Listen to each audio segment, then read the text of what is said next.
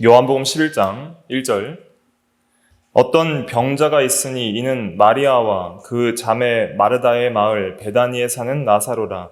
이 마리아는 향유를 주께 붓고 머리털로 주의 발을 닦던 자요, 병든 나사로는 그의 오라버니더라. 이에 그 누이들이 예수께 사람을 보내어 이르되 주여 보시옵소서, 사랑하시는 자가 병들었나이다 하니, 예수께서 들으시고 이르시되 이 병은 죽을 병이 아니라 하나님의 영광을 위함이요 하나님의 아들이 이로 말미암아 영광을 받게 하려 함이라 하시더라. 예수께서 본래 마르다와 그 동생 나사로를 사랑하시더니 나사로가 병들었다 함을 들으시고 그 계시던 곳에 이틀을 더 요하시고 그 후에 제자들에게 이르시되 유대로 다시 가자 하시니, 제자들이 말하되 랍비여, 방금도 유대인들이 돌로 치려 하였는데 또 그리로 가시려 하나이까? 예수께서 대답하시되 낮이 12시간이 아니냐? 사람이 낮에 다니면 이 세상의 빛을 보므로 실족하지 아니하고 밤에 다니면 빛이 그 사람 안에 없는 거로 실족하느니라. 이 말씀을 하신 후에 또 이르시되 우리 친구 나사로가 잠들었도다. 그러나 내가 깨우러 가노라. 제자들이 이르되 주여, 잠들었으면 낫겠나이다 하더라. 예수는 그의 죽음을 가리켜 말씀하신 것이나 그들은 잠들어 쉬는 것을 가리켜 말씀하신 줄 생각하는지라. 이에 예수께서 밝히 이르시되 나사로가 죽었느니라. 내가 거기 있지 아니한 것을 너희를 위하여 기뻐하노니 이는 너희로 믿게 하려 함이라. 그러나 그에게로 가자 하시니, 디두모라고도 하는 도마가 다른 제자들에게 말하되 우리도 주와 함께 죽으러 가자 하니라. 예수께서 와서 보시니 나사로가 무덤에 있은지 이미 나흘이라. 베다니는 예루살렘에서 가깝기가 한 오리쯤 되매 많은 유대인이 마르다와 마리아에게 그 오라비의 일로 위문하러 왔더니, 마르다는 예수께서 오신다는 말을 듣고 곧 나가 맞이하되 마리아는 집에 앉았더라. 마르다가 예수께 여짜오되 주께서 여기 계셨더라면 내 오라버니가 죽지 아니하였겠나이다. 그러나 나는 이제라도 주께서 무엇이든지 하나님께 구하시는 것을 하나님이 주실 줄을 아나이다. 예수께서 이르시되 내 오라버니가 다시 살아나리라. 마르다가 이르되 마지막 부활 때에는 다시 살아날 줄을 내가 아나이다. 예수께서 이르시되 나는 부활이요 생명이니 나를 믿는 자는 죽어도 살겠고 무릇 살아서 나를 믿는 자는 영원히 죽지 아니하리니 이것을 내가 믿느냐? 이르되 주여 그러하외다. 주는 그리스도시요 세상에 오시는 하나님의 아들이신 줄 내가 믿나이다. 이 말을 하고 돌아가서 가만히 그 자매 마리아를 불러 말하되 선생님이 오셔서 너를 부르신다 하니, 마리아가 이 말을 듣고 급히 일어나 예수께 나아가매 예수는 아직 마을로 들어오지 아니하시고 마르다가 맞이했던 곳에 그대로 계시더라. 마리아와 함께 집에 있어 위로하던 유대인들은 그가 급히 일어나 나가는 것을 보고 곡하러 무덤에 가는 줄로 생각하고 따라가더니, 마리아가 예수 계신 곳에 가서 배웠고 그 발 앞에 엎드려 이르되 주께서 여기 계셨더라면 내 오라버니가 죽지 아니하였겠나이다 하더라.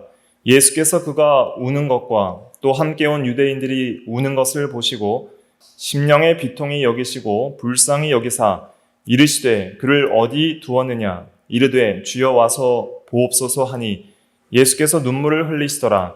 이에 유대인들이 말하되 보라, 그를 얼마나 사랑하셨는가 하며, 그중 어떤 이는 말하되 맹인의 눈을 뜨게 한 이 사람이 그 사람은 죽지 않게 할 수 없었더냐 하더라. 이에 예수께서 다시 속으로 비통히 여기시며 무덤에 가시니 무덤이 굴이라 돌로 막았거늘 예수께서 이르시되 돌을 옮겨 놓으라 하시니, 그 죽은 자의 누이 마르다가 이르되 주여, 죽은 지가 나흘이 되었음에 벌써 냄새가 나나이다. 예수께서 이르시되 내 말이 내가 믿으면 하나님의 영광을 보리라 하지 아니하였느냐 하시니, 돌을 옮겨 놓으니 예수께서 눈을 들어 우러러 보시고 이르시되 아버지여, 내 말을 들으신 것을 감사하나이다.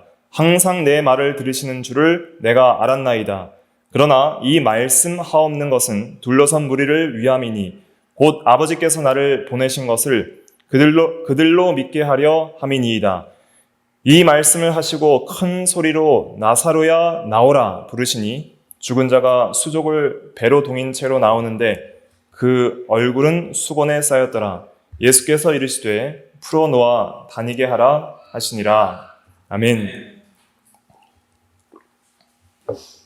이 시간 말씀의 제목은 부활이요 생명이신 예수 그리스도. 부활이요 생명이신 예수 그리스도이십니다. 25절에 보면 예수께서 이르시되 나는 부활이요 생명이니 나를 믿는 자는 죽어도 살겠고 무릇 살아서 나를 믿는 자는 영원히 죽지 아니하리니 이것을 내가 믿느냐 그랬습니다. 요한복음 11장은 나사로를 죽은 지 나흘 되던 때 살리신 놀라운 기적 사건을 증거하고 있습니다. 요한복음 11장은 매우 우리에게 용기와 도전과 위로와 소망을 주는 그러한 귀한 말씀입니다. 이 11장 1절부터 보면은 이 세 남매가 등장하는데 마르다, 마리아, 나사로입니다. 이 세 남매는 베단이라는 곳, 그 유대 마을에서 얼마 떨어지지 않는, 그 예루살렘에서 얼마 떨어지지 않는 그 베단이라는 곳에서 살고 있었는데, 그 남매는 예수께서 사랑하시던 자들이었습니다. 예수님과 굉장히 친한 사람들이었습니다. 지금 이 시점은 예수님께서 또 십자가에 죽으시기 한 일주일 전 시점에 있는 상태인데, 그 세 남매 중에서 한 사람이 나사로라는 남자가 갑자기 죽을 병에 들렸습니다. 굉장히 위독한 병에 들렸습니다. 그래서 예수님께서 그 베다니 마을에서 한 하루길쯤 되는 곳에 머물고 계셨는데 급히 사람을 보내서 예수님께 병을 고쳐달라고 속히 와달라는 요청을 하게 되죠. 사람을 보내게 됩니다. 그런데 그 요청이 예수님 병에 걸렸습니다. 빨리 와서 고쳐주세요. 이렇게 자세하게 하지 않고 간단하게 말했습니다. 주여, 사랑하시는 자가 병들었나이다. 이렇게 말을 한 거예요. 그래서 예수님께서 사랑하시는 사람이 병이 들었다. 그러니까 빨리 와서 이 병을 고쳐달라는 그러한 요청을 했습니다. 우리 성도들이 이 질병이 들렸을 때 꼭 하나님께서 사랑하시지 않아서 질병이 들는 것은 아닙니다. 저번 주에 이 중풍병자에 대해서 말씀을 증거했는데 모든 질병은 근원적으로는 죄 때문에 왔다고 말씀을 드렸는데 그렇다고 해서 모든 질병들이 구체적으로 내가 죄를 범해서 온 것은 아니에요. 모든 병과 사망은 아담의 타락 이후에 모든 인류가 죄와 사망 가운데 있다는 증거입니다.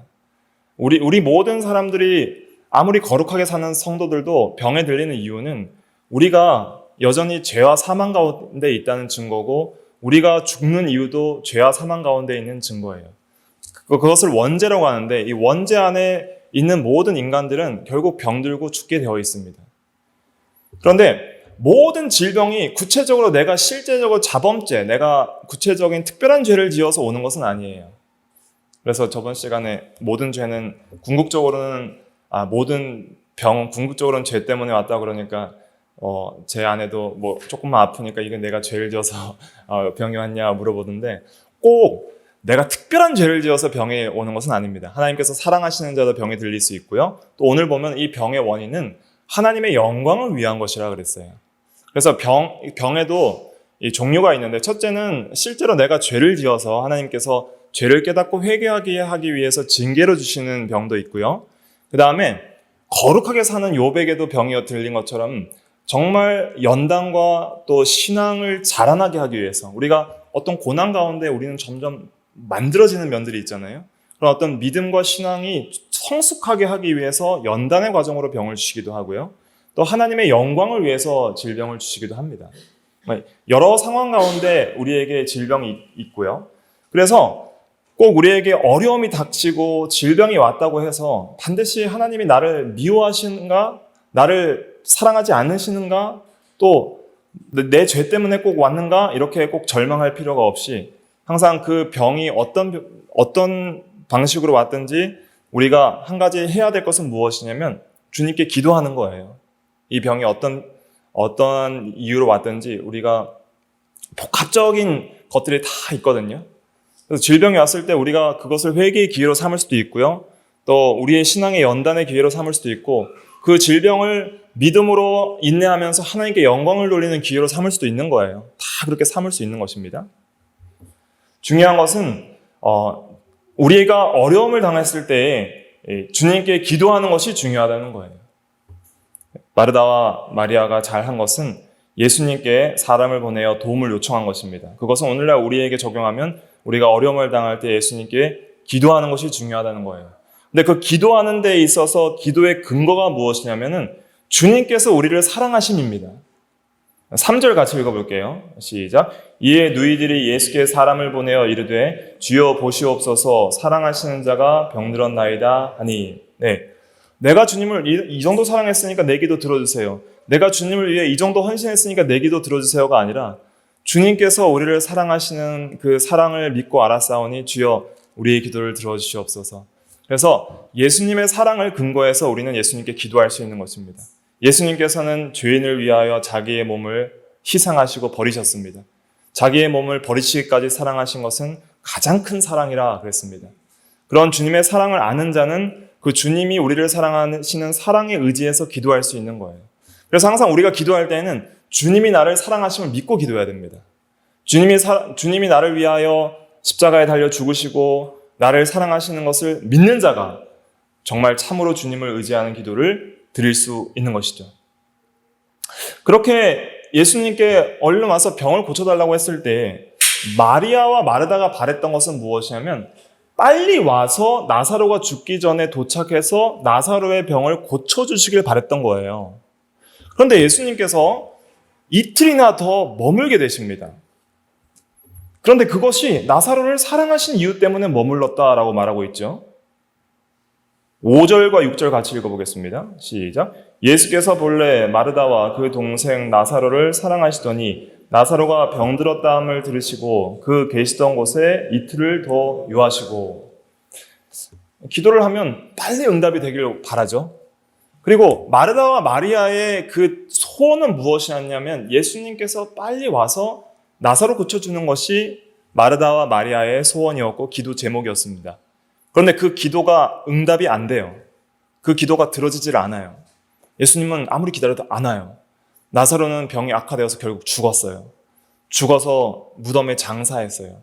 장사된 지 이틀, 3일이 지나도 예수님은 안 와요. 썩어서 시체 냄새가 돼서 더 이상 소망이 없어요. 그때 마르다와 마리아는 많은 낙심을 했을 것입니다. 예수님께서 우리를 사랑하지 않는 것은 아닌가? 예수님께서 왜 우리의 간구를 들어주시지 않지? 우리는 때때로 우리가 기도할 때 하나님의 응답이 우리의 소원대로 이루어지지 않을 때 우리가 낙심하기 쉽습니다. 기도의 응답이 지연될 때, 또 기도의 응답이 우리의 뜻대로 이루어지지 않을 때 우리는 하나님이 정말 나와 함께 계신 것은 맞는가? 하나님이 정말 계신 것은 맞는가? 하나님이 정말 계시다면 나를 사랑하시는 건 맞는가?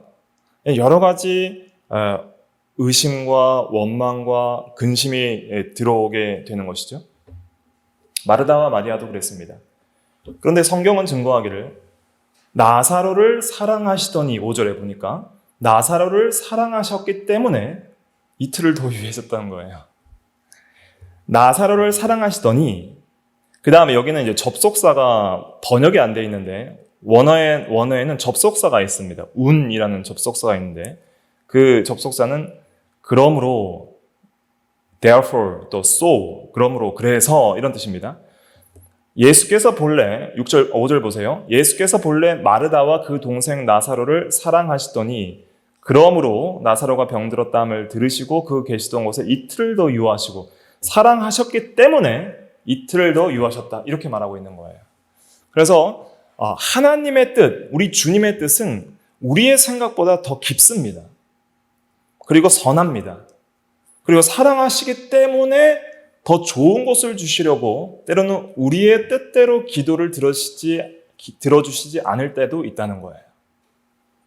그래서 우리는 하나님의 선하심을 항상 믿어야 됩니다. 우리 주 예수 그리스도의 선하심을 항상 믿고 그 주님께 우리의 모든 기도와 삶을 맡기는 신앙이 필요한 거예요. 여기서 이제 우리에게 필요한 것은 신앙이에요. 여기서 신앙은 내 뜻대로 기도가 응답이 되지 않고 내 뜻대로 현실이 이루어지지 않는다 하더라도 하나님께 모든 삶을 맡기고 의지하며 믿음으로 내가 오늘 하루 살아간다면 하나님께서 주님이 가장 선하신 뜻대로 이루어 주실 것을 믿는 게 신앙이에요. 자, 그런데 우리는 이 모든 스토리를 다 알고 있죠. 11장의 스토리를 다 알고 있어요. 결론이 어떻게 될지 알고 있어요. 예수님께서 오셨고 죽은 지 나흘이나 된 나사로를 살려내실 걸 알고 있기 때문에 우리에게는 이것이 큰 문제가 아니에요. 우리는 이 이야기를 들으면서 감동을 받고 참으로 소망과 도전을 받지만은, 그러나 이 사람들에게는 이게 문제예요. 왜냐하면 결과를 몰라요. 아직 미래를 몰라요. 중요한 건 지금 현실이에요. 2000년 전에 여러분들이 지금 마르다와 마리아라고 생각해 보세요. 앞길이 해피엔딩인지 배드엔딩인지 몰라요. 지금 주어진 현실은 절망과 고통이에요. 가족을 잃은 슬픔이에요. 그리고 기도가 응답되지 않는 답답함이에요. 그 답답함을 어떻게 해결하지 못하는 그러한 부족한 믿음 가운데 고통받고 있는 마르다와 마리아예요. 그래서 우리에게 이 11장을 통해서 우리는 알죠. 마르다와 마리아가 어떠한 결말을 맞이하게 될지. 예수님께서는 그것을 미리 말해주시거든요. 4절 말씀 한번 읽어볼게요. 시작. 예수께서 들으시고 이르시되 이 병은 죽을 병이 아니라 하나님의 영광을 위함이요 하나님의 아들이 이로 말미암아 영광을 받게 하려 함이라 하시더라. 그 마르다와 마리아가 보낸 그 사람에게 이 말씀을 해주신 것이죠. 이 병은 죽을 병이 아니다. 예수님께서 미리 결론을 말해주셨어요. 그러나 그 말을 전달을 받았을 거예요, 아마. 그런데 이 말에 대한 믿음이 없었던 것이죠. 우리의 인생도 우리의 인생의 마지막까지의 엔딩을 모르기 때문에 우리는 항상 현재에 있는 문제를 가지고 많은 근심과 어려움에 봉착할 때가 많이 있습니다. 거기서 우리가 가져야 될 믿음은 무엇이냐면 우리의 마지막까지 하나님께서 주장하실 것이고 우리의 마지막까지 예수 그리스도를 믿는 모든 자들에게는 합력해서 선을 이루실 거라는 믿음이 항상 있어야 되는 거예요. 모든 사람에게 공통적인 겁니다. 여러분들이 이 세상에서 어떤 어려움을 겪고 어떠한 환난과 고난과 질병과 인생의 여러 문제들 속에 있든지 그 모든 문제 가운데서 예수 그리스도를 믿고 하나님의 자녀로 된 모든 하나님을 사랑하는 자 곧 그의 뜻대로 부르심을 입은 자들에게는 모든 것이 합력하여 선을 이루시는 줄을 알고 믿어야 되는 거예요. 그 믿음이 현재를 인내하고 소망 가운데 이겨나갈 수 있게 하는 힘이 되는 거예요. 항상 우리는 이 전체 이야기를 볼 수 있는 그러한 안목이 필요합니다. 그리고 그 전체적인 나의 이야기예요. 나의 전체 이야기를 볼 수 있는 그런 믿음의 안목이 필요한데 신앙이 바로 그런 걸 주는 거예요. 믿음이 왜 중요하냐면 하나님과 하나님의 말씀을 믿는 믿음이 왜 중요하냐면은 믿음은 현재에 주어진 현실만을 바라보게 하지 않고 현실 위에 서서 하나님의 관점에서 나와 세상과 현재와 미래까지를 다 합력해서 볼 수 있는 그러한 안목을 제공하는 거예요. 그렇기 때문에 믿음은 우리 이 현실 문제를 초월할 수 있는 능력과 힘을 제공합니다. 문제는 뭐냐면 마르다와 마리아에게는 그런 믿음이 너무 부족했어요. 그래서 계속 현실만 보고 있는 거예요. 현실만. 예수님은 분명히 이건 죽을 병이 아니다. 이 말은 안 죽는다는 뜻이 아닙니다. 죽었지만 다시 살릴 병이라는 거예요. 그게 예수님이 보는 미래의 안목이고 마르다와 마리아가 보고 있는 것은 병들었고 죽었다는 거예요. 예수님은 응답 안 했다는 거예요. 예수님 아직도 안 오셨다는 거예요. 그게 마리아가 보고 있는 현실이에요. 죽을 병이 아니라 그랬으니까 앞으로 주님이 오시면 어떻게 해결하시겠지라는 그런 믿음의 안목을 가지라고 이 4절 말씀을 주셨는데 그런 믿음의 안목을 갖고 있지 않으니까 절망하게 되는 것이죠. 눈을 떠야 됩니다. 하나님의 말씀을 믿고 우리의 삶 가운데 하나님이 역사하시고 현실은 흑암과 절망처럼 보이지만 그 모든 것을 합력하여 선을 이루실 것을 믿어야 돼요. 우리는 마침내 부활할 것이고 마침내 하나님 나라에 들어갈 것이고 마침내 영원한 천국에서 의와 평강과 희락을 누릴 것입니다. 현재의 어떤 상황에 있든지 오늘 하루를 믿음으로 살아가게 하는 분도 하나님이시고 마지막도 영광스럽게 하실 분도 하나님이시니 현재와 과거와 미래의 모든 삶을 주님께 맡기면서 현재를 계속 믿음으로 전진해 나가야 되는 거예요. 예수님께서 죽은 지 나흘 될 때에 이제 오시게 됩니다. 17절 같이 읽어보겠습니다. 시작. 예수께서 와서 보시니 나사로가 무덤에 있은지 이미 나흘이라. 무덤에 있은지 나흘 될 때 왔어요. 왜 나흘 될 때 왔을까요? 예수님께서 신약성경에 보면 죽은 자를 살리신 경우들이 이 외에도 두 가지가 있는데 회당장 야이로의 딸과 나인성 과부의 아들을 살리신 내용이 기록되어 있습니다. 복음서에 보면. 그때 살리실 때에는 죽은 지 얼마 안 됐을 때 아직 무덤에 묻히기 전에 시체가 되어서 썩기 전에 즉시 살렸어요. 그런데 예수님께서 무덤에 있은 지 4일이 지난 시점에서 썩어서 시체가 냄새가 날 때 그때 오셨어요. 왜 이렇게 하셨냐면 그 당시 유대인들의 사고 관념 속에는 어떠한 미신적인 신앙이 있었냐면은 인간의 영혼이 죽은 지 3일 동안은 안 떠난다라는 생각이 있었어요. 그리고 4일 정도 되면 이제 떠나서 더 이상은 부활할 소망이 없다는 그런 어떤 미신적인 사고가 있었습니다. 그러니까 그 당시에 어떤 사회적인 어떤 그 관념 속에는 죽은 지 나흘이 됐다는 것은 더 이상 살 소망이 없다는 뜻입니다. 그래서 예수님이 왜 죽은 지 나흘이 되었을 때 왔냐면은 사람들이 더 이상 살아날 소망이 없다고 생각한 그때 오신 거예요. 아무도 살릴 수 없다. 하나님도 예수님도 그 누구도 그 어떤 선지자도 살릴 수 없다는 그런 생각을 하고 있을 때 예수님께서 오셔서 살리심으로 주님의 부활과 생명의 능력이 얼마나 위대한지를 보여주시려고 인간이 가장 절망적인 상태에 있을 때의 소망과 또 예수님의 영광을 보여주시려고 오신 것이죠. 그래서 인간의 절망은 주님이 가장 영광스럽게 일하실 수 있는 무대가 될 수 있는 거예요. 예수님께서 오셨을 때 무덤에 있은지 이제 나사로가 무덤에 있은지 나흘이 되었습니다. 마리아는 이제 집에 그 조문원 손님들이 많이 있었어요. 아주 그 덕망이 있는 가정이라 그런지 많은 사람들이 위로하려고 집을 방문해서 아마도 마리아는 그 방문한 손님을 맞이하기 위해서 집에 있었고요. 예수님께서 오신다는 소식을 듣고 마르다가 밖으로 나아가서 예수님을 밖에서 맞이하게 됩니다. 마르다는 좀 섭섭했겠죠. 그래서 예수님을 만나자마자 다짜고짜 이렇게 말을 하고 있습니다. 21절 같이 읽어볼게요. 시작. 마르다가 예수께 여짜오되 주께서 여기 계셨더라면 내 오라버니가 죽지 아니하였겠나이다. 만나자마자 인사하자마자 하는 말이 주님께서 빨리 오셨더라면 주님께서 나사로 죽기 전에 여기 계셨더라면 우리 오라버니는 죽지 않았을 것입니다. 이렇게 말을 하는 거예요. 실제로 근데 예수님께서 이 세상에 육신으로 계실 때 아무도 안 죽었습니다. 예수님과 함께한 사람들 중에 육체적으로 예수님과 함께 있는데 죽은 사람은 아무도 없었어요. 그리고 오히려 예수님과 함께 했을 때 죽은 사람은 다 살아났습니다.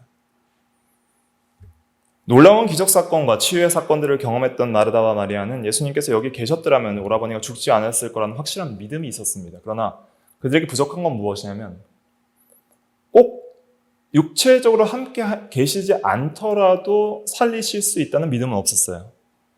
마태복음 8장에 보면 백부장의 종이 병이 들었을 때 백부장이 와서 하인을 고쳐달라고 하는데 내가 가서 고쳐주려 하니까 그냥 말씀만 하시옵소서. 그러면 낫겠나이다. 이런 믿음이 있었잖아요. 그러니까 예수님께서 육체로 함께 계시지 않아도 살릴 수 있는 믿음은 이방인 백부장도 가지고 있었지만 마르다에게는 없었어요.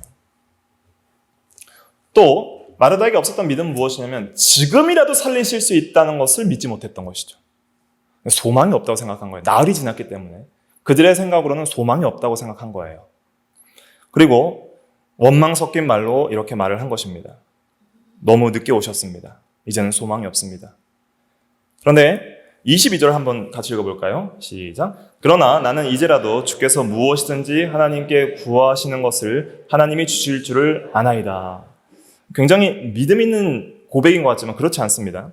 그러나 나는 이제라도 주께서 무엇이든지 하나님께 구하시는 것을 하나님이 주실 줄 아나이다. 믿습니다 하는 것도 아니고 그냥 알아요. 주님께서는 항상 하나님의 기도, 하나님께 구하면 하나님이 항상 들어주시는 하나님의 아들인 것을 저는 알고 있습니다. 교리적으로 잘 알고 있는 거예요. 성경을 잘 배웠고 주님에 대한 바른 신앙이 있어요. 바른 지식이 있어요. 주님은 하나님의 아들이요 그리스도시기 때문에 이제는 주님이 무엇이든지 구하면은 다 하나님이 들으시는 줄 나는 알고 있어요. 그러나 여기에서 지금 오라버니를 살려주실 거라는 그러한 것도 하실 수 있다는 믿음은 없는 거예요, 여기서는. 주님이 기도하시면 다 들으시는 건 알아요. 그러나 지금 이제 오라버니 살리는 문제는 이거는 이제 소망이 없습니다. 그렇게 표현을 하는 거예요. 여기서 오라버니를 지금이라도 오라버니를 살려주실 줄 내가 믿습니다. 이래야 되잖아요. 근데 그 믿음은 없는 거예요. 그 믿음은 없어요. 그 믿음은 없는 걸 주님께서 아시기 때문에 23절 같이 말씀하십니다. 같이 읽어볼게요. 시작. 예수께서 이르시되 내 오라버니가 다시 살아나리라. 네가 믿음이 없구나. 내 오라버니가 다시 살아나리라. 언제 살아난다는 거예요? 지금 살아난다는 거예요? 마지막 부활 때 살아난다는 거예요? 지금. 현재, 지금 살아나리라. 현재적인 예수 생명의 능력을 선포하고 있는 것이죠. 그런데 마르다는 그렇게 믿지 않았습니다. 24절 같이 읽어볼게요. 시작. 마르다가 이르되 마지막 부활 때에는 다시 살아날 줄을 내가 아나이다. 예수님께서는 지금 현재 오라버니를 살리시겠다는 것입니다. 그리고 이 살리겠다는 것을 네가 개인적으로 믿으라는 거예요. 너의 개인의 신앙으로 받아들여라. 지금 너의 오라버니를 내가 지금 살리겠다. 이걸 믿으라는 거예요. 그런데 마르다는 그냥 보편적인 신앙 고백을 하고 있습니다. 네, 제가 교리적으로 잘 알고 있습니다. 마지막 부활 때에는 모든 성도들이 살 줄을 알고 그때 오라버니도 살아나겠죠. 그거는 잘 배워서 알고 있습니다. 내가 또 아나이다 이렇게 말하고 있는 것이죠. 여기서 우리가 중요하게 우리의 신앙을 점검해 볼 수 있는 중요한 진리의 교훈을 받게 됩니다. 우리가 알고 있는 신앙 고백들이 있지 않습니까? 여러분들이 예수 그리스도의 부활을 믿습니까? 여러분들이 마지막 부활 때 살아날 걸 믿습니까? 예수님의 재림과 부활과 영원한 하나님의 나라에 대한 소망이 있습니까? 그런데 그것을 나의 신앙으로, 나의 문제로, 나의 구원으로 여러분들은 확실히 믿고 나를 살리시고 내가 반드시 부활할 것을 그렇게 확실히 믿습니까? 그냥 보편적으로 그렇게 부활한다더라. 교회에 나오니까 어떤 목사가 부활한다더라. 그러니까 그럴 수도 있겠지. 어떤 낭만적이고 그냥 추상적인 그런 개념으로 받아들이는 그러한 신앙, 그냥 남의 신앙입니까? 아니면 자기 신앙입니까? 마르다는 지금 내 오라버니가 살아나리라. 개인적인 신앙을 말하고 있는 거예요. 그냥 믿어라. 그런데 마르다는 보편적인 신앙 고백을 하고 있는 거예요. 부활 때에 살아나겠죠. 그 정도는 제가 잘 배워서 알고 있습니다. 이렇게 말을 하고 있는 거예요. 우리의 신앙에 있어서 문제는 무엇이냐면 우리가 많은 진리들을 배우고 안다 할지라도 그것이 현재 내 문제를 해결하는데 도움이 안 된다면 그것은 믿는 게 아니에요. 부활이요 생명이신 예수님을 내가 믿는다면 현재도 역사하시고 미래도 역사하실 것을 믿어야 돼요. 현재에도 우리와 함께 하시고 우리의 문제를 해결해 주실 것을 믿어야 돼요. 미래에만 역사하시는 주님이 아니라 현재 내 가운데 지금도 역사하시고 살아계신 주님으로 믿어야 돼요. 현재 믿지 않는데 미래에 믿는 것이 무슨 의미가 있습니까? 현재의 부활이요 생명이신 주님과 전혀 상관없는 삶을 살아가고 있으면서 미래에 부활을 할 것이라는 그 믿음이 무슨 의미가 있습니까?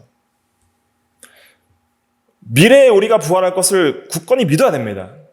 그 믿는 믿음이 현재에도 우리에게 모든 문제를 해결할 수 있는 능력이 되어야 되는 거예요. 그런데 마르다는 그러한 믿음이 없었습니다. 그래서 예수님께서 그 믿음을 주시려고 중요한 말씀을 하십니다. 25절, 26절 같이 읽어볼게요. 시작. 예수께서 이르시되 나는 부활이요 생명이니 나를 믿는 자는 죽어도 살겠고 무릇 살아서 나를 믿는 자는 영원히 죽지 아니하리니 이것을 내가 믿느냐. 예수님의 정체에 대해서 예수님이 누구신지에 대해서 깊이 있게 말씀하고 계십니다. 이것이 굉장히 중요한 요절입니다. 여러분들이 25절과 26절은 날마다 외우시면서 묵상해야 될 요절입니다. 예수님께서 이렇게 말씀하셨습니다. 나는 부활이요 생명이니 나를 믿는 자는 죽어도 살겠고 무릇 살아서 나를 믿는 자는 영원히 죽지 아니하리니 이것을 내가 믿느냐. 한 말씀 한 말씀 잘 곱씹으면서 생각해 보세요. 예수님 자신이 나는 부활이요 생명이니 이렇게 말씀하셨습니다. 부활이요 생명이라는 것은 동의어입니다. 부활은 사망을 이기는 생명의 능력을 가리키는 거예요. 부활이라는 것은 사망을 이기는 생명의 힘을 가리킵니다. 생명은 뭐예요? 생명이 뭡니까? 살아있게 하는 힘 그 자체를 가리키는 거예요. 생명은 살아있게 하는 힘입니다. 아무리 이 세상에 과학이 발달하고 생물학이 발달해도 생명체에 대한 현상들은 연구하지 생명 그 자체가 무엇인지에 대한 본질은 과학자들도 아무도 몰라요. 생명은 신비한 힘 그 자체예요. 계속적으로 어떤 생명체가 유기적으로 살아있을 수 있게 하는 그 어떤 원동력이 있는데 그것을 우리는 생명이라고 합니다. 그 생명이 무엇인지 알 수가 없어요. 그냥 그 힘, 능력 그 자체이기 때문에. 예수님이 부활이요 생명이라는 것은 모든 세상을 창조하시고 그 가운데 생명체를 만드셨는데 모든 생명체에게 호흡과 기동하는 힘을 주시는 그 능력 자체라는 거예요. 예수님은 생명의 근원이십니다. 그리고 생명 그 자체이십니다. 이 세상에 어떤 것도 생명이라고 할 수 있는 건 없어요. 다 생명체예요. 우리도 생명체입니다. 그래서 창세기 2장 7절에 보면 하나님이 땅의 흙으로 사람을 만드시고 그 코에 생기, 생명의 호흡을 불어넣으시니 사람이 생령이 된지라 할 때 생령은 네페시 하야라고 하는데 히브리어로 그것이 생명체란 뜻입니다. 하나님께서 땅의 흙으로 사람을 빚으시고 생명의 호흡을 그 코에 불어넣으시니 사람이 비로소 생명체가 된지라 이렇게 되어 있습니다. 그래서 생명체들은 왜 생명을 가지고 있냐면 예수님이 생명을 주시기 때문에 생명체들은 생명을 갖고 있는 거예요. 모든 생명의 근원은 우리 주 예수 그리스도여 하나님이십니다. 그래서 예수님이 부활이요 생명이라는 것은 예수님은 생명과 부활 자체요, 사망을 이길 수 있는 힘 자체요, 살아있게 하는 힘 자체라는 것입니다. 그 예수님을 믿는 자는 그 생명을 받는다는 거예요. 믿음으로 받는 것입니다. 우리가 예수를 믿으면 그 생명이 우리 가운데 임하게 됩니다. 여러분들이 예수님을 정말 믿고 마음으로 예수님을 영접하면 예수 생명이 그 안에 역사합니다. 예수님이 믿는 즉시 그 사람과 함께 하시고 그 사람에게 생명이 되어주십니다. 저 살아있는데요? 살아있는데요? 뭔 생명이 필요하죠? 먼저는 영혼의 생명을 주십니다. 영혼의 생명을 주십니다. 그리고 죽을 육체를 살리시는 부활의 생명을 주십니다. 두 가지를 주시는 거예요. 성도에게 구원에 있어서 첫째는 영적 생명이 살아나는 거예요. 둘째는 죽을 육체가 부활하는 거예요. 그 영육 전체가 살아나야 그게 진정한 구원입니다. 지금 죽을 병에 걸려 있습니다. 나사로는 죽었습니다. 다시 살아났습니다. 근데 다시 죽었어요. 그럼 무슨 소망이 있겠습니까? 예수님 잘 믿어서 건강하다가 부유하게 살다가 죽었어요. 그걸로 끝이에요. 그러면 예수 믿는 복음이 무슨 소망이 있겠습니까? 여러분들은 왜 나와서 오늘 예배를 드리고 예수를 믿으려고 하십니까? 어차피 죽을 인생으로 끝날 거라면은 왜 우리가 예수님이 가장 귀한 보배이고 복된 소식이고 소망으로 믿겠습니까? 그것으로 끝나는 인생이 아니에요. 마지막 엔딩은 항상 해피엔딩이에요. 예수를 믿는 모든 사람들의 엔딩은 부활과 생명으로 끝이에요. 사망으로 끝나는 것이 아닙니다. 예수님께서 이렇게 말씀하셨습니다. 나를 믿는 자는 죽어도 살겠고, 이것은 무엇이죠? 육신은 죽어도 산다는 거예요. 육체의 부활을 말하는 것입니다. 25절은 한 번 사람이 육신이 죽는다. 그러나 그것으로 끝나는 것이 아니라 예수 그리스도를 믿는 모든 참된 성도들은 반드시 육신이 부활할 때가 있다. 믿어야 됩니다. 그 다음에 무릇 살아서 나를 믿는 자는 영원히 죽지 아니하리니 내가 이것을 믿느냐. 여기서 살아서라는 것은 영혼이 살아서 믿는 자라는 것입니다. 예수님을 믿는 자는 예수님께서 먼저 영혼을 살리십니다. 영혼이 살아나야 믿을 수 있는 거예요. 영혼이 죽어있는 사람이 어떻게 믿겠습니까? 그런데 내가 영혼이 살아난 걸 인식하는 것은 믿을 때 인식하는 것이죠. 내가 스스로 인식할 때는. 그래서 영혼이 살아서 나를 믿는 자는, 그래서 내가 이제 예수를 믿는다는 것 자체가, 예수를 내가 믿을 수 있다는 것 자체가 이미 영혼이 산 증거예요. 여러분들에게 예수님을 믿는 믿음이 있습니까? 예수님이 나를 위해 죽으시고 나를 위해 부활하셨다는 것을 참으로 그것이 허튼 소리가 아니라 지어낸 그런 이야기가 아니라 정말 하나님의 살아있는 진리의 말씀을 믿으십니까?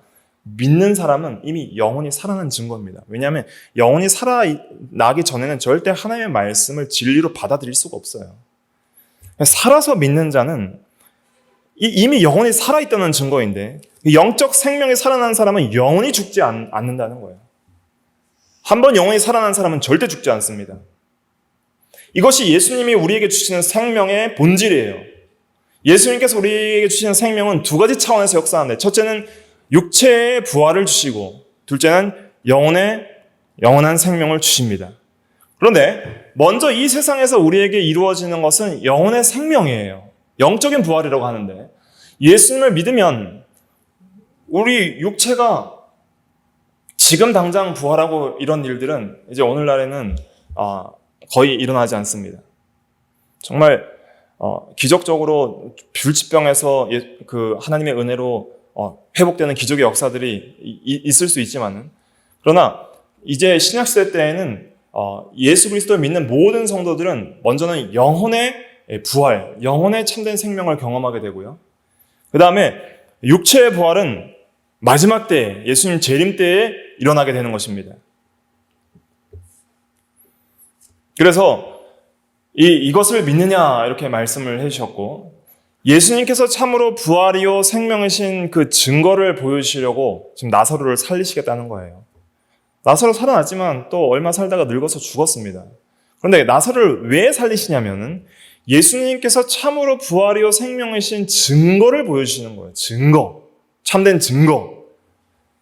믿는 자에게 확실한 증거를 보여주시려고 나사로를 살리시겠다는 것입니다. 이것을 네가 믿느냐라고 했을 때 이때라도 정말 나사로를 살리실 것을 믿었다면 아멘, 믿습니다. 지금이라도 주님께서 나사로를 살리실 것을 믿습니다. 이렇게 대답했을 것인데 마르다는 그렇게 대답하지 않았죠? 27절 같이 읽어보겠습니다. 시작. 이르되 주여 그러하이다. 주는 그리스도시요 세상에 오시는 하나님의 아들이신 줄을 내가 믿나이다. 무슨 말인지 잘 못 깨달은 것 같아요. 나는 부활이요 생명이니 나를 믿는 자는 죽어도 살겠고 무릇 살아서 나를 믿는 자는 영원히 죽지 아니하리니 내가 이것을 믿느냐. 그러니까 아멘 믿습니다. 이렇게 말하지 않고 네, 좀 동문서답을 했습니다. 주는 참 능력이 있으시고요. 또 모든 것을 하실 수 있을지 제가 믿습니다. 주는 그리스도시고요. 세상에 오시는 하나님의 아들이신 줄 믿습니다. 자기가 알고 있는 신앙을 고백한 거예요. 우리가 이 마르다의 신앙을 통해서 우리의 신앙을 반성해 봐야 되는데 우리가 이 세상에서 이 많은 교리들을 우리가 교회 생활을 하면서 배우게 되고 신앙생활을 하면서 많은 성경의 말씀과 교리를 배운다 할지라도 그것이 현실 문제에 있어서 나에게 적용될 때 내가 현실을 이겨나가고 나의 모든 현실의 문제들을 힘있게 이길 수 있는 능력이 되는 그러한 말씀인지 그 신앙 고백이 정말 나의 신앙 고백이 되어서 나의 현실의 문제를 능히 이길 수 있는 살아있게 하는 생명의 힘이 되는지 이것을 잘 점검해 봐야 됩니다. 마르다와 마리아와 나사로에게 있었던 놀라운 그 예수님의 그 능력의 그 경험들이 있잖아요. 이들은 예수님의 부활의 능력을 경험했기 때문에 이들의 신앙은 새롭게 되었겠죠. 그리고 부활이요 생명이신 주님을 의지하면서 평생을 믿음으로 살아갔겠죠. 또 다른 사람들의 신앙들을 보면서 뭐 다니엘이나 사드락 메삭 아벳느고나 또 우리 오늘날 살아가는 성도들 중에서도 내가 믿음으로 살았더니 하나님께서 이렇게 역사해 주셨습니다라는 그런 간증들을 들을 때나 보면은 정말 그럴 수도 있겠구나라는 어떤 낭만적인 신앙을 우리가 가질 수 있어요. 하나님께서 정말 저 사람에게도 역사하시고 저 사람에게도 역사하시는 거. 그런데 인생에 있어서 문제가 나한테 닥쳤을 때는 이야기가 달라집니다. 우리는 다른 사람의 이야기는 전체 이야기를 알잖아요. 전체 엔딩까지 알아요. 그런데 나는 몰라요. 내 인생이 어떻게 될지 모릅니다. 앞이 보이질 않는 거예요. 현실에 안주하게 되면은 때로는 귀한 신앙 고백의 진리가 있어도 그것이 나의 현실 문제를 해결해 주는데 능력이 되지 못할 때가 있습니다. 왜냐하면 믿음으로 바라보지를 못하는 거예요. 우리는 이러한 때에 우리의 삶 가운데 주님께서 함께 하심을 굳게 믿어야 됩니다. 그리고 예수님께서 앞으로 우리의 모든 삶을 인도하실 뿐 아니라 마지막 부활 때에 우리를 부활하실 뿐만 아니라 현재적으로도 부활이요 생명이신 주님께서 우리 가운데 함께 하셔서 우리가 모든 세상을 이기고 죄와 사망을 이기고 현재의 시험과 고난을 이길 수 있는 살아있게 하는 힘인 생명을 주시는 것을 믿어야 되는 것이죠. 현재적인 신앙이 중요합니다. 현재적으로 주님이 역사하셔서 우리에게 영혼의 힘을 주시고 오늘 하루를 살아갈 힘을 주시는 것을 믿어야 됩니다. 그 믿음이 우리에게 필요함을 요한복음 11장은 말해주고 있는 것이죠. 예수님께서 함께하고 계심에도 불구하고 이들은 슬퍼했습니다. 마리아를 만났는데도 마리아는 똑같이 마르다와 같이 말을 하게 되죠. 32절 한번 읽어볼게요. 시작. 마리아가 예수께 계신 곳에 가서 배웠고 그 발 앞에 엎드려 이르되 주께서 여기 계셨더라면 내 오라버니가 죽지 아니하였겠나이다 하더라. 네, 예수님이 여기 계셨으면 오라버니가 안 죽었을 것입니다. 그러면서 많은 유대인들이 그 나사로 죽은 것 때문에 울고 또 마리아도 울고 유대인들도 울고 하니까 예수님께서 비통히 여기셨어요. 왜냐하면 부활이요 생명이신 주님이 함께하고 계신데 사람들은 생명이 없다고 울고 있는 거예요. 그러니까 비통히 여기시는 것이죠. 우리도 이 세상에서 여러 가지 고난을 당할 때 주님이 나와 함께 하시지 않는다고 생각하여서 낙심하거나 우는 것은 그건 참된 신앙이 아닙니다. 예수를 믿는 모든 성도들에게 주님이 그 생명으로 함께 계십니다. 이거 항상 믿으세요. 우리의 마음 가운데, 우리의 영혼 가운데 예수님께서 모든 믿는 자에게 생명이 되어주시고 영원토록 함께 계십니다. 이것을 우리가 믿어야 됩니다. 예수님께서 부활이요 생명이신 것을 보여주시려고 이제 나사로가 어디 있는지 물으십니다.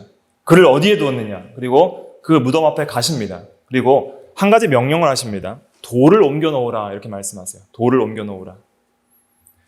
39절 같이 읽어볼게요. 시작. 예수께서 이르시되 돌을 옮겨 놓으라 하시니 그 죽은 자의 누이 마르다가 이르되 주여 죽은 지가 나흘이 되었음에 벌써 냄새가 나나이다.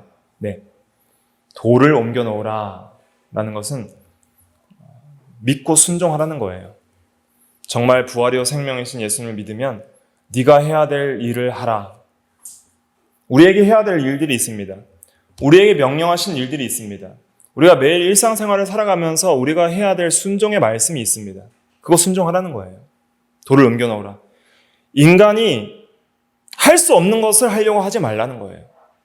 여러분들이 현실의 문제를 해결하는 것들 뿐만 아니라 죄와 사망의 문제, 인생의 문제들, 특별히 생명이 죽고 사는 문제는 우리가 할 수 있는 것이 아니에요. 생명체가 할 수 있는 일이 아니라 생명이 죽고 사는 것은 부활이요 생명이신 주님만이 할 수 있는 일입니다. 우리가 인생의 여러 가지 고통 속에서도 우리의 영혼이 낙심하지 않고 오늘 하루를 살아갈 수 있는 힘은 하나님이 주시는 거예요. 예수님이 주시는 것입니다. 그런데 그러한 생명의 능력을 얻으려면 우리가 해야 할 일이 있어요. 그것은 무엇이냐면 믿고 순종하는 거예요. 묵묵히 우리가 해야 할 일을 하는 것입니다. 우리에게 명하신 말씀을 믿고 순종하는 것입니다. 돌을 옮겨 놓으라. 네가 믿고 순종해야 될 것을 하라는 것입니다. 오늘 네가 믿고 순종해야 할 것을 그것을 하라 이것입니다. 여기서는 나사로를 살리시기 위해서 예수님께서 일하실 것인데 그 무덤 문을 막고 있는 돌은 옮겨 놓으라는 거예요. 그때 마르다가 이렇게 말합니다. 주여 죽은 지가 나흘이 되었음에 벌써 냄새가 나나이다. 안 됩니다. 안 된다는 거예요. 그럴 때 예수님께서 40절 같이 말씀하십니다. 같이 읽어볼게요. 시작. 예수께서 이르시되 내 말이 내가 믿으면 하나님의 영광을 보리라 하지 아니하였느냐 하시니 믿으면 보리라 그랬습니다. 믿으면 보리라. 믿으면 보게 됩니다. 보는 것이 믿는 것이다 이런 말이 있잖아요. Seeing is believing 이런 말이 있는데 많은 사람들은 봐야지 믿으려고 하잖아요. 그런데 신앙이라는 것은 믿으면 보이는 거예요. 그래서 믿으면 하나님의 역사가 보이게 됩니다. 그런데 이 참된 믿음의 증거는 뭐냐면 순종으로 나타나게 되어 있습니다. 돌을 옮겨 놓는 신앙으로 가는 거예요. 예수님이 정말 나사로를 살려주실 것을 진짜 믿는다면 돌은 옮겨 놓는 거예요. 돌 정도는 우리가 할 수 있는 것이잖아요. 우리가 할 수 있는 일을 하는 거예요. 근데 나사로를 살리시는 것은 우리가 할 수 있는 일이 아니에요. 그것은 예수님이 하시는 일입니다. 그러므로 우리가 할 수 있는 믿음과 순종의 일을 하면 우리가 할 수 없는 일은 주님께서 하시는 거예요. 우리의 현실 문제도 똑같습니다. 우리의 현실에서 우리가 할 수 있는 일을 해야 됩니다. 우리가 기도하는 일, 그리고 믿음으로 예수님을 의지하는 일, 그리고 오늘 나에게 주신 십계명의 말씀과 우리가 순종해야 될 계명을 순종하며 거룩하게 사는 일, 그걸 묵묵히 해나가는 거예요. 믿습니다 하고 오늘 하루를 예수님을 의지하면서 믿음으로 말씀을 순종하면서 살아가세요. 세상 염려와 근심과 고난과 질병과 사망의 문제 주님께 맡기세요. 그걸 우리가 어떻게 해결할 것입니까? 어차피 우리가 우리의 인생을 우리의 마음대로 살려고 해도 우리 마음대로 사라지지가 않습니다. 우리의 미래를 우리가 결정할 수 있는 일이 아니에요. 시시각각 여러 가지 형편과 상황 가운데 변동하는 것이 우리의 미래고 우리는 불안 가운데 살아갈 수밖에 없지만은, 그러나 주님께서 합력하여 선을 이루실 것을 믿고 맡기는 거예요. 믿고 맡기는 거예요. 주님께서 반드시 역사할 것이다. 믿고 맡기고 우리가 해야 될 일을 하는 거예요. 예수님을 믿고 의지하고 묵묵히 오늘 하루를 믿음으로 살아내야 됩니다. 살아내야 돼요. 오늘 하루를 믿음으로 살아내고 말씀을 순종하면서 살아내는 생활을 하는 거예요. 인간관계의 문제, 여러 가지 질병의 문제, 경제적인 문제, 여러 가지 내 마음을 염습하는 여러 가지 인생의 고통의 문제, 그 다음에 죄의 문제, 그리고 마지막 죽음의 문제까지. 결국 우리도 언젠간 죽을 것이잖아요. 우리 가족들을 먼저 떠나보낼 것이고 우리도 죽을 것인데, 그럼 모든 문제들을 다 믿음의 눈으로 바라봐야 됩니다. 우리는 항상 우리의 전체 풀스토리를 바라볼 수 있는, 전체 이야기를 바라볼 수 있는 믿음의 안목을 가져야 됩니다. 전체 이야기를 바라보면서 전체 이야기를 주님께서 주장하실 것이다. 그리고 합력하여 선이 되게 하실 것이다. 모른다, 내 이야기가 어떻게 전개될지 모르지만은, 그러나 내가 주님을 믿고 부활이요 생명이신 주님을 믿으니까 마침내 우리는 다시 살아날 것이고 우리의 영혼은 영원히 죽지 않을 것이고, 그리고 하나님께서 가장 선한 길로 우리를 인도하실 것이다. 내가 해야 될 일을, 내가 할 수 있는 일은 살고 죽는 일이, 죽이는 일, 살리고 죽이는 일은 내가 할 수 있는 일이 아니에요. 내가 할 수 있는 일은 돌 하나 옮겨 놓는 거예요. 돌 하나 옮겨 놓는 거예요. 주님께서 명하신 오늘에 주신 하나님의 말씀들을 믿고 순종하는 거예요. 그거 하나하나씩 순종하면서 하루하루 인생길을 걸어가세요. 그러면은 나머지 일들은 주님께서 하십니다. 돌을 옮겨 놓으라 하시니까 그때서야 마르다가 이제 돌을 옮겨 놓게 됩니다. 내가 믿으면 하나님의 영광을 보리라 이렇게 말을 하니까 그때서야 돌을 옮겨 놓습니다. 그때 예수님께서 나사로를 살리시는 거예요. 나사로야 나오너라 그렇게 말씀하시니까 죽은 자 가운데서 나사로가 살아서 나오게 됐습니다. 여러분들이 이 세상을 살아가면서 여러 가지 문제들 때문에 고통을 당하게 될 것입니다. 가장 큰 고통은 죄와 사망의 고통이에요. 우리 가운데 있는 죄의 문제, 그리고 우리가 한번 겪어야 될 사망의 문제들, 이것이 가장 큰 고통이죠. 그 모든 죄와 사망을 능히 이길 수 있게 하는 힘도 부활과 생명의 능력입니다. 현재적으로 이길 수 있게 하는 거예요. 부활에 대한 소망을 가지는 사람들은 항상 사망을 두려워하지 않았어요. 부활의 소망을 가진 사람들은 죽음을 천국 문을 열고 하나님께로 들어가는 것으로 그렇게 생각하는 거예요. 영원히 산 자들은 죽음을 예수님께서 잔다라고 표현해요. 자는 거예요. 영원히 이제는 내가 그리던 하나님의 나라로 들어가는 꿈나라로 들어간 것 같아요. 자는 것은 이제 꿈을 꾸는 거죠. 영혼이 먼저 꿈나라로 가는 거예요. 내가 꿈꾸던 소망의 세계인 천국에 들어가는 거예요. 잔다는 건 뭐예요? 생명이 있고 깰 때가 있다는 것이죠. 그러니까 영혼만 꿈나라에 있는 것이 아니라 이제 육체도 깰 때가 있어요. 부활의 때가 있는 거예요. 그래서 부활하여서 영육 전체가 하나님의 나라에서 의와 평강과 희락을 누리며 살 그런 소망을 우리가 가지게 됩니다. 그런 미래적 소망을 확실하게 갖고 있는 성도들은 현재적으로도 모든 문제들을, 그 모든 이야기를 알고 있기 때문에, 나의 모든 전체 이야기를 알고 있기 때문에 합력하여 선을 이루실 거라는 걸 확실히 믿는 거죠.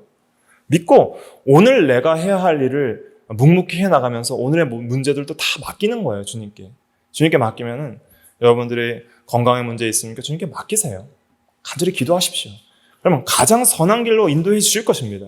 또 경제적인 문제도 맡기고, 인간관계의 문제도 맡기고, 여러 가지 사회적인 생활에 있어서의 문제도 맡기고, 공부의 문제도 맡기고, 그렇게 맡기고 내가 해야 할 일을 오늘 묵묵히 해나가는 것이 참으로 중요합니다.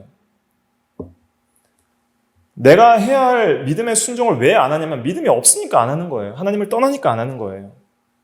그러나 예수님을 의지하고 오늘 하루 나에게 주신 말씀을 순종하면서 믿음으로 살아가는 모든 사람들에게 하나님께서 놀라운 은혜를 베풀어 주시고 그 현재적으로도 능히 이길 수 있는 힘을 주시는 것입니다. 기도하겠습니다.